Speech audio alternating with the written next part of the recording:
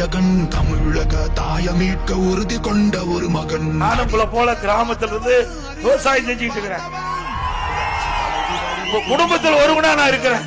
கஷ்ட நஷ்டம் துன்பம் துயரம் வேதனை அத்தனை நான் அனுபவிச்சேன். மக்களோடு மக்களா வாழ்ந்துட்டு இருக்கிறோம்.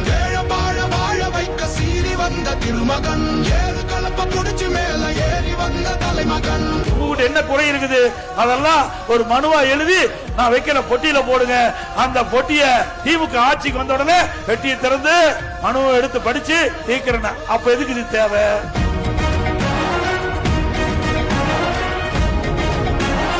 ஆசையை தூண்டி மக்கள்கிட்ட வாக்கு பெறுவதற்கு ஆரம்பிச்சுட்டான். ரேஷன் பொருட்கள் கூடுதா வந்து கொடுக்க போறோம். 4 வருஷமா கண்ணுக்கு தெரியலையா?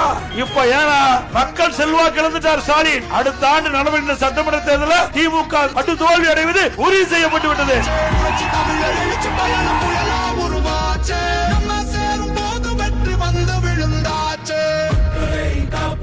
தமிழகத்தை மீட்போம், மக்களை காப்போம், தமிழகத்தை மீட்போம், மக்களை காப்போம், தமிழகத்தை மீட்போம், மக்களை காப்போம், தமிழகத்தை மீட்போம்.